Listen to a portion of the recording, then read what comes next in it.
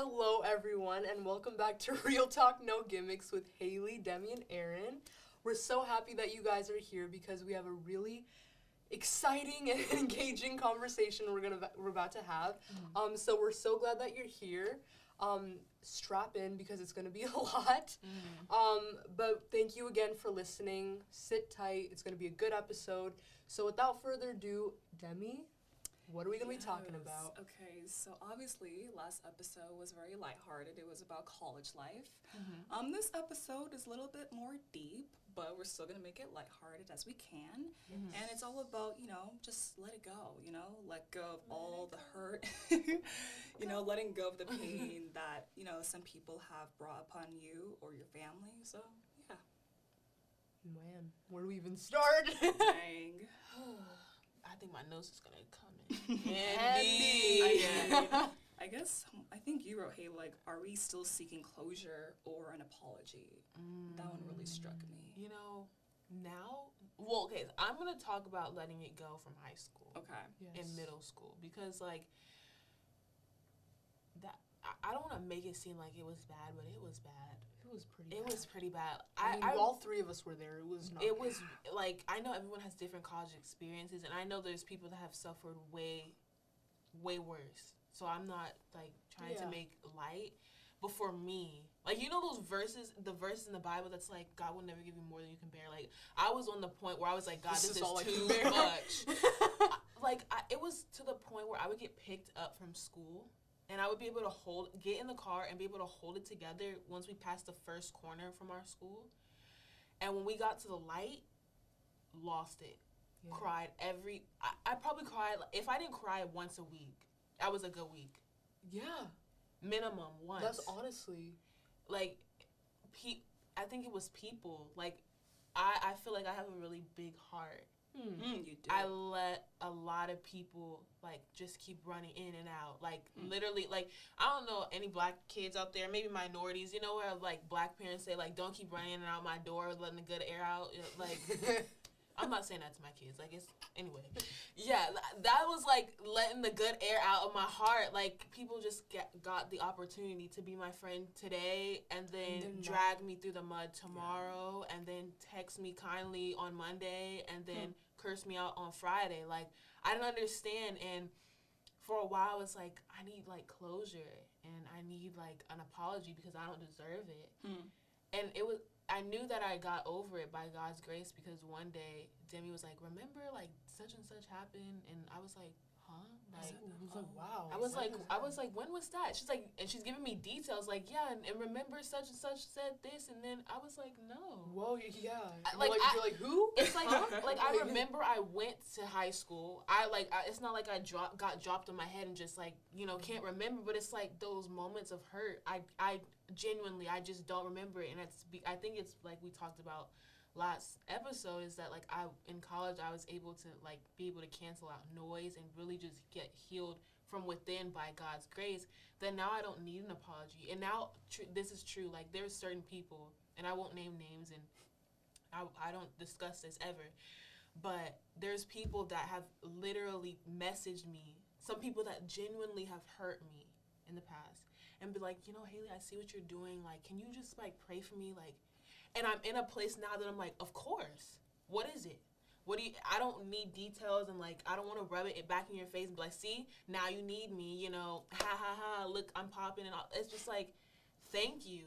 Thank you that I don't need your apology and that I'm healed in such a way that I can pray that you get your healing, because people hurt people because they're hurt. Yeah. And we hear that in the midst of hurt from other people that are trying to comfort us so that we can get perspective, and it doesn't always click until after the fact. So do I need an apology? Absolutely not. And I'm grateful that I've had those experiences, because without them I wouldn't be who I am today. Amen to that. Beautiful. And I can kind of relate with people messaging you. I knew someone that messaged me and they needed prayer, and of course I prayed for them, but are we talking to each other anymore? No. And I wish we did, but I guess that's life. People come and go. People just arrive at your doorstep. And it turns out they needed you more than you needed them. Like, Yeah. I don't want to say it, but that was the case for me. And you talked about, like, how people hurt you in high school. I'll just talk about how people hurt me in, like, my family. Like, I'm not going to name names, but, like, okay, we're ripping the Band-Aid off. Okay. So, obviously, some of you guys know that my parents divorced and that, like, my dad left. And it was a lot. It was a lot. And I guess I grew up in a situation / environment where you're told everything's fine, everything's okay. So you shouldn't feel mad, you shouldn't feel angry. So, like, that situation with the other situation, it, like, molded my feelings and, like, my thoughts. And, like, I guess for 2 to 3 years, I thought I had everything together. I thought, oh, yeah, like, I'm good. Like, I forgive my dad. I forgive the people that made me feel like I had to hold everything up together. But it got really dark in a particular year to the point it got suicidal. So I asked myself, like, what the heck is wrong with me? Like, why am I going through this? And, like, thankfully someone came into my life and they're like, let me just pray for you. And, like, I really needed that. So now, similar to, like, what I said in the last episode, I was just being really honest with myself. I asked myself, like, what is wrong with me? And, like, I got pen, paper, wrote it all down. And, like, I just had a self-evaluation, and, like, that helped big time. And obviously, it takes time to heal. Yeah. So, you know, with time, with a lot of prayer, with people like these two, it just helped me so much. And I forgive the people that hurt me. So, yeah, like, I can't think of anything else. But that was really good. Yeah, so I don't even know what to say after that. Like, it was already so that heavy, was but so good. I just want to say, like, Demi, that was beautiful. I'm so happy that, you know, you're here with us and you've healed. Just when you talk and hear experiences like this, like, you can just like feel God's glory, you know? Yeah. And I think it's how He healed you, how you just your experiences talking, like how you've grown as a person. Right. And I know talking about those things is like, it's really difficult, but like saying it out loud, you just realize how much you've grown and how much, like, the capability you have to get through anything because of Him, you know? And I think that's so beautiful the way you put it, the way both of you put it. It was just absolutely incredible because I know how hard it can be, you know, to forgive. The hurt that people put on you, even people who you thought you were close with, you know, you thought were like this, they've talked about like a future with you, everything, and it's like they turn around, stab you in the back, and you're like, what happened? But to say that, you know, you got to a place where you can forgive and you can, like, I love how Haley said you can even forget, like you'd mentioned their name or mention what happened, you're like, what? Like, I'm so moved on from that, like, and I think that's just like a beautiful thing, and it's like a beautiful capability to have, to just be able to not only forgive but forget as well. And I have a question. Okay, so I don't want us like to relive, like, you know, the bad experiences, but like, let's just say hypothetically you're in a situation, someone hurt you and you don't necessarily release that hurt, like you just keep everything inside. So like based on your experiences, how, like, what would possibly happen if you just kept everything inside? You want to tackle that one first? Sure. The first thing that came to my mind was just bitterness. Just you may not realize it, but when you do that, it affects everything around you. It affects the things you do, the people you talk to. They can feel that negative energy, like something's going on, even if you don't feel it. You know, like when it festers and it boils, you don't even realize like how it's affecting everything around you. And like it'll hit you one day. You're like, wow, like there's really some unresolved stuff like going on. So I think it's really important to just be able to talk it out, whether that's with a friend, with a family, with God Himself, because when you can really hear yourself talking about it, you're like, wow, like have you guys ever felt like talking, you just feel like an actual weight, like being lifted? Like you feel 10 pounds lighter. Like, it's like, I weigh the same, obviously, but it's like, wow, that felt good to get out. The weight of your heart. Because you don't even know what you're feeling until you address it, and you like just get it all out, and you're like, wow, I didn't even know I was feeling that, but like now that I've got it out, like I know that, wow, like I needed to get that out. So I really think holding it in and just letting it sit there, it doesn't do good for yourself, doesn't do good for anybody else. You start looking at life itself in a very negative way, you know, and that's when you start getting those like harmful feelings and like harmful thoughts as well. Yeah, that was really good. when you asked the question, the first thing I could see was like a bomb, like an explosion. And similar to what you shared earlier, there's been times where like I've tried to convince myself, knowing like you can lie to yourself, and like you can know that you're lying, but then you get so good at it that like you kind of forget that you lied to yourself until you explode. Yeah. And there's just times where it's like, this person hurt me, and then this happened, and then I didn't pass the test, and then I'm not feeling well, and then my teacher said something slick, and it just like it piles on. Like you were saying, just every little thing you just once you start letting it fester and you start building bitterness in your heart, it's like even the smallest things that normally you could just look past. Somebody could be in the grocery store and take the basket you were just going to get, and that just she just doesn't. And you know the craziest thing is, it's like we don't like want to address it. We don't want to do this the deep soul searching. So we just say, oh yeah, these are all my haters, and then girl, she took the basket. Yeah, she is not hating on you, but the whole world. Right.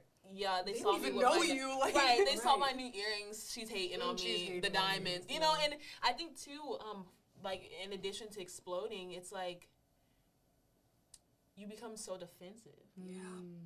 Like even people that try to help you, it's just like, oh, like I was making the point earlier, like they're just hating, or like why is everybody attacking me? No, I'm just telling you, your shoes are untied. I'm not coming for you. Yeah, I'm just trying to help you. And that's what bitterness, like you were saying, it does. It's like a tactic of the enemy to convert good into evil. Absolutely. It's like in the garden, God told Adam and Eve, don't eat this tree. Mm-hmm. You can eat everything else. Don't touch it. Don't touch this plant right here. And here comes the serpent. Yep, you know, God, you know, he doesn't want you to be great. He's a hater, and he doesn't want you to, you know, really be up to his level. So that's why he's telling you, God is protecting you. Yeah.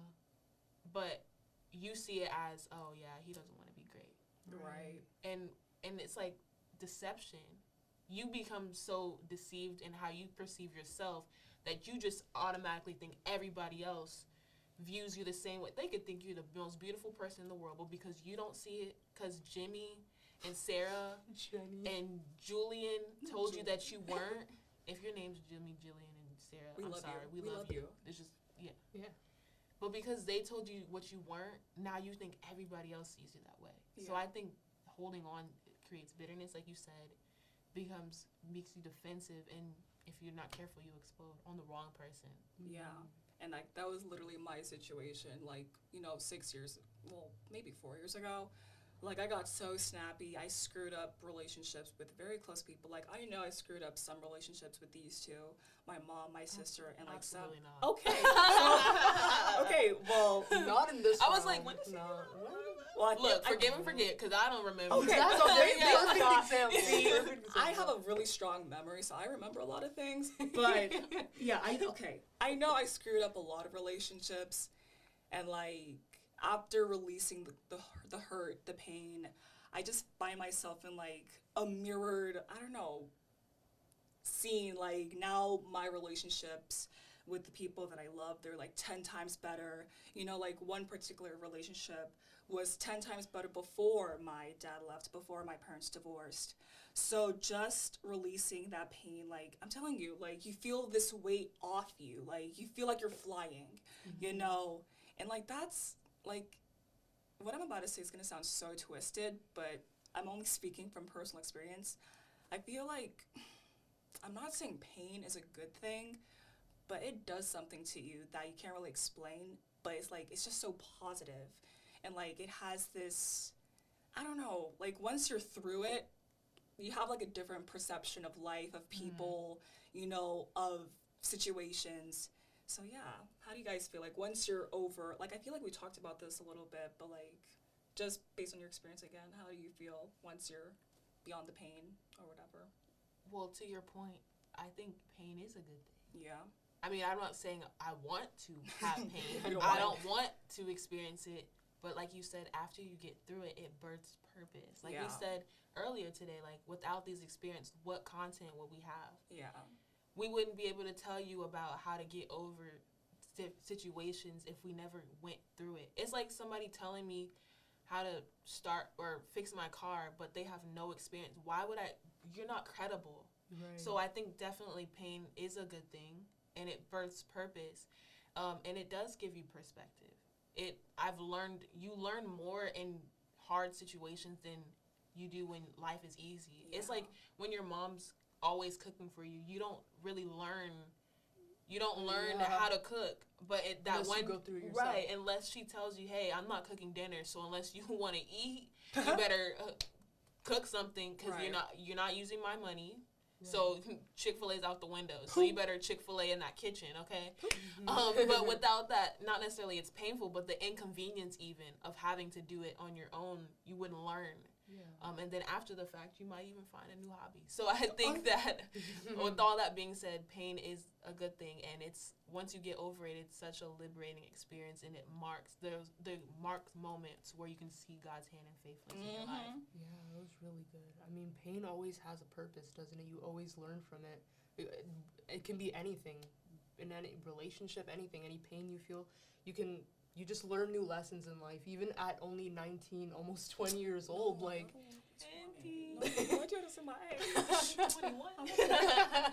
but even like in such early, stages of life as this, like, we feel like the stuff we've gone through, we've learned so much, and we've really learned how to just take things for what they are and just accept that this is a learning curve, and that it's okay. So I was gonna ask you guys if you have any tips for the audience how to come to a point of forgiveness and how we can possibly come to a point of forgiving and forgetting. If you guys have any tips at all to give to our listeners. Well, let me say this. It ain't easy.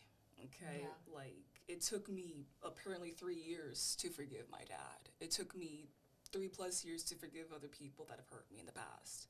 So, like, it's not easy. Like, it's life. Like, we're human. Like, when things hurt, they hurt and they sting, and it takes time for that sting to go away.